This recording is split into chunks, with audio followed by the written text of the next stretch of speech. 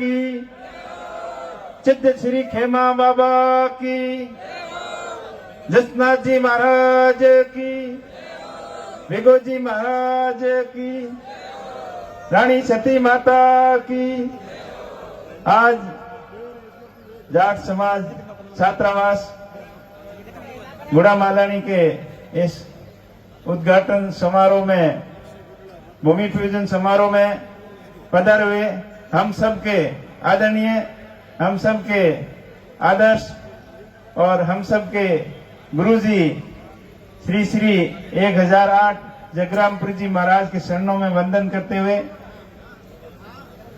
मंच पर विराजमान समस्त मंचासीन अतिथि जो अपने बीच में पधारे, सतीश जी पूनिया जी, हरीश जी चौधरी साहब, हम सबके आदर्श आदरणीय हेमाराम जी जो अभी दूसरे कार्यक्रमों की व्यवस्था के कारण हमारे बीच में नहीं है, सबने अपने अपने उद्बोधन से लाभान्वित कराया और समाज एक नई ऊंचाइयों तक कैसे जाए, समाज के अंदर नए सुधार कैसे हो, अपने अपने अनुभव से आप सबको अवगत कराया और अपने अपने विचार प्रस्तुत किए। मुझे आशा ही नहीं बल्कि पूर्ण विश्वास है कि आप सब लोग जो आज के मेहमानों द्वारा हमें बातें बताई गई उन सब का अनुसरण करेंगे, उनका अनुपालन करेंगे। इन्हीं आशा उम्मीदों के साथ में आप बड़ी संख्या के अंदर यहाँ इस प्रोग्राम को सफल बनाने के लिए पधारे। आप सभी का बहुत बहुत आभार, बहुत बहुत धन्यवाद। इस पुण्य कार्य के अंदर जिन जिन भामाशाहों ने अपनी निजी कमाई से जो सहयोग किया उन सभी का बहुत बहुत आभार और विशेष आभार कि आज इसमें सबसे ज्यादा राशि देने वाले व्यवसायी डीके ढाका साहब, वो खुद तो उपस्थित नहीं है पर उनके परिवार से लोग आए हुए हैं, उनका भी बहुत बहुत आभार कि आपने बड़ा दिल रखते हुए समाज के इस पुण्य कार्य के लिए बहुत बड़ी धनराशि आवंटन आपने दी।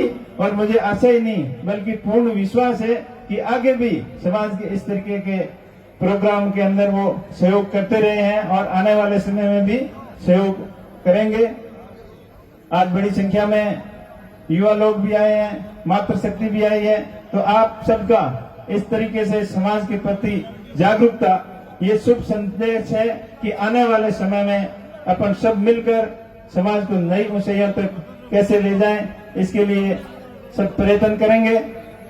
आप लोगों ने इस बार क्या हर बार जब भी समाज के सामने कोई बड़े इस तरीके का निर्णय लेने की जरूरत पड़ती है तो हर बार आप समझदारी दिखाते हुए सही और सटीक निर्णय लेते हो, तो आप सबका बहुत बहुत आभार।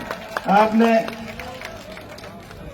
जो हेमाराम जी के मार्गदर्शन में सभी कांग्रेस के नेताओं में जो चुनाव प्रचार के दौरान जो जो बातें हमने बोली, आपसे रिक्वेस्ट की, वो सारी की सारी बातें आपने जो हमने कहा उससे 1.25 गुना रूप में मानी, इसलिए आपका बहुत बहुत आभार। मैं आपका हमेशा ऋणी रहूंगा क्योंकि आप जिस सोच और विचार के साथ चलते हो वो आपकी सोच और विचार हमेशा सही रहता है। पीछे विधानसभा के चुनाव भी लड़े थे, उस समय थोड़ी सी निराशा जरूर हाथ लगी, लेकिन आप लोगों ने निराश नहीं होने दिया।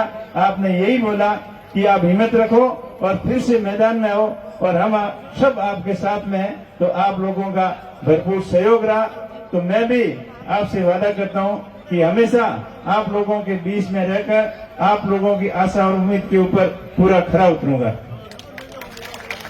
आदरणीय हेमाराम जी, कर्नल साहब, समस्त कांग्रेस के वरिष्ठ नेता और गुरुजी जगरामपुरी जी महाराज का जो मार्गदर्शन रहेगा, उसी मार्गदर्शन के अंदर समाज को नई ऊंचाइयों तक कैसे ले जाएं, 36 कौम के लोगों को साथ में रखते हुए अपने थार की अपनायत, अपना भाईचारा कायम कैसे रहे, इसके लिए निरंतर प्रयास रखूंगा और अपने समाज के वरिष्ठ लोगों के मान और सम्मान में कभी कमी नहीं आने दूंगा। ये मैं आप लोगों से वादा करता हूं।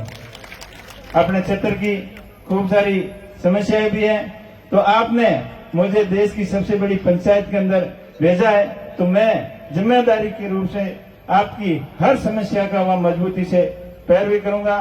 चाहे आपके किसानों के लिए यहाँ पानी की समस्या रहती है, आदरणीय हेमाराम जी के खूब प्रयास रहे अपने क्षेत्र के अंदर नहर लाने का, और इस नहर को और आगे तक कैसे बढ़ाएं, और जब सीजन होती है, पानी की बारी आती है, तब आपको आंदोलन की जरूरत नहीं पड़े। इसके लिए मैं हमेशा प्रयत्न करूंगा कि आपका पानी, आपका हक पूरा मिले, नहर का आगे तक विस्तार हो, किसानों के समय पर बिजली आए, फुल वोल्टेज से बिजली आए, जो पेंडिंग कनेक्शन है वो भी अतिशीघ्र पूरे हो, और किसानों के जो लोड की समस्या है, जो फीडर की समस्या है, ट्रांसफार्मर की समस्या है, जर्जर लाइनों की समस्या है, उन सभी समस्याओं का मजबूती से हल निकालने के लिए प्रयास करूंगा।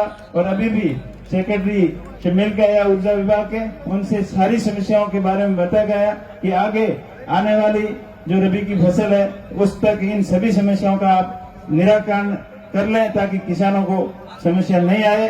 और आपने आज इस समाज के एक पुनीत कार्य करने की तरफ अग्रसर हो रहे हो कि आप शिक्षा के लिए, बच्चों को पढ़ने के लिए, बढ़िया हॉस्टल निर्माण के लिए ये सहयोग आपने किया है। तो ये भव्य इमारत बन के तैयार हो, और आने वाले समय में यहाँ से बच्चे पढ़कर अपनी नई ऊंचाइयों तक समाज को ले जाएं। जैसे यहाँ से कई मेधावी छात्रों ने यहाँ अपने समाज का नाम रोशन किया, यहाँ से अपने एरिया से कई आईएएस भी बने, इंजीनियर बने, डॉक्टर बने, आईपीएस बने। तो हर क्षेत्र के अंदर प्रोग्रेस किया है, और व्यवसाय के अंदर भी यहाँ के लोगों ने अपनी पहचान जमाई है। अभी डीके साहब का नाम आ रहा था, अपने देश ही नहीं विदेशों के अंदर उनका एक्सपोर्ट का कारोबार होता है, जिसने किसानों के बेटों ने कभी सपने में विदेश का नहीं देखा, तो वो इन्होंने करके दिखाया। अपनी रात और दिन कड़ी मेहनत और परिश्रम का ही परिणाम है।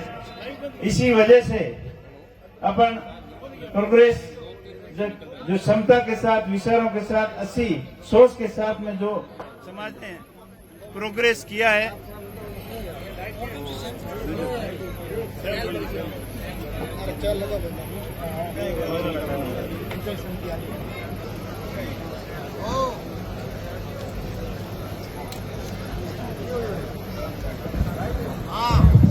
तो हम सब अच्छे विचारों के साथ सबको साथ लेके आगे कैसे बढ़े, इसके लिए अपने को चिंतन करने की जरूरत है। जो लोग अपने साथ में नहीं रहना चाहते, किसी कारणवश कोई नाराज हो जाते हैं, तो उनको भी मना के साथ में लेना है। हमें गर्व है, मुझे गर्व है अपने किसान कौम पे कि इस कौम के अंदर मैं पैदा हुआ हूँ, और आप लोगों का 36 कौम का साथ से इस मुकाम तक आपने पहुंचाया है। इसका हमेशा हमेशा के लिए ऋणी रहूंगा, और मेरा प्रयास रहेगा कि किसान कौम हर दिशा के अंदर अपना प्रोग्रेस करे। कृषि के क्षेत्र में तो अपने को महारता हासिल है ही है, उसके साथ साथ अब एजुकेशन के सेक्टर में, बिजनेस के सेक्टर में, नौकरी के सेक्टर में, हर क्षेत्र के अंदर अपन कैसे प्रोग्रेस कर सकें, इसके लिए हम निरंतर प्रयत्नशील रहें, और उसी क्षेत्र के अंदर पढ़ने वालों का सकारात्मक सहयोग करें। जैसे कोई बिजनेस कर रहा है तो उसका दायित्व बनता है कि वो और अधिक बिजनेस के सेक्टर में अपने भाइयों को कैसे आगे प्रोग्रेस के अंदर साथ दे सकता है। कोई नौकरी के अंदर है तो उनका भी ये दायित्व बनता है कि उनको पढ़ने वाले बच्चों को मोटिवेट करे, उनको सही मार्गदर्शित करे कि वो किस तरीके से की तैयारी करें ताकि परीक्षाओं के अंदर सफलता मिले।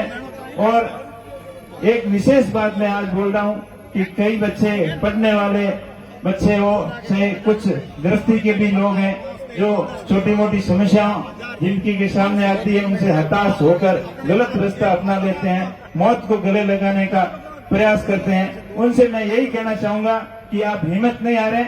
समस्याएं कई आएगी जिंदगी के सामने, उन समस्याओं का डटकर मुकाबला करें। यही अपनी जिंदगी है। जिंदगी के अंदर उतार चढ़ाव भी कई आएंगे, कई बदलाव आएंगे।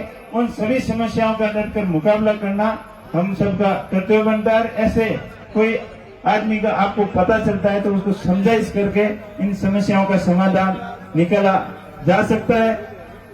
और आप हमेशा हर दिशा के अंदर सब लोगों को सकारात्मक सोच के साथ में लेकर आगे बढ़े। जो अपने क्षेत्र की पहचान रही है, अपने यहाँ कहावत है कि मारवाड़ का जितना पानी गहरा है उतने लोग गहरे हैं, लोग समझदार हैं, होशियार हैं। तो ये पहचान हमेशा हमेशा अपने साथ रहनी चाहिए।